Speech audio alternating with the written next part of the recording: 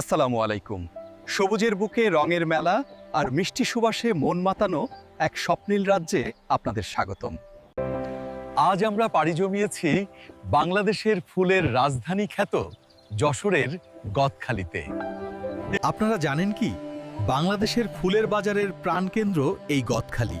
অবাক করা তথ্য হলো, দেশের মোট ফুল প্রায় 70 থেকে 80% ফুলই এখান থেকে আসে।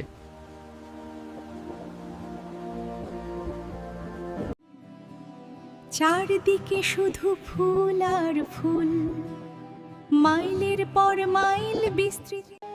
গোলাপের লাল গালিচা, রজনীগন্ধার শুভ্র শোভা, গাঁদার উজ্জ্বল কমলা রং, আর জারবেরা ও বিমার ও চন্দ্রমল্লিকার নানা রঙের সমাহার।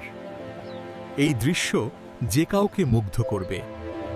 এই দিগন্ত বিস্তৃত ফুলের ক্ষেত গদখালিকে দিয়েছে এক অভাবনীয়, এক স্বপ্নীল সৌন্দর্য।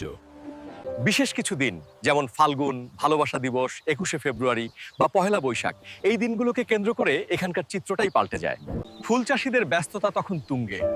ফুল তোলা এবং বাজারজাত করার এই দৃশ্য তখন এক অন্যরকম উৎসবের আমেজ সৃষ্টি করে। আপনি যদি গদখালির প্রকৃত ব্যস্ততা দেখতে চান, তবে আপনাকে আসতে হবে ভোরের আলো ফোটার আগেই।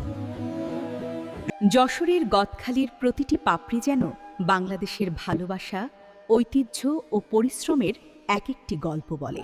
এই ফুলগুলো শুধু হাত থেকে হাতে ঘোরে না, এগুলো সারা দেশে আনন্দ আর সৌন্দর্যের বার্তা ছড়িয়ে দেয়, যা আমাদের মনকে সতেজ করে তোলে। গদখালি সত্যিই এক ফুলের রাজ্য। আজ এই পর্যন্ত। এই ভিডিওটি ভালো লাগলে বেশি বেশি শেয়ার করুন। খোদা হাফেজ।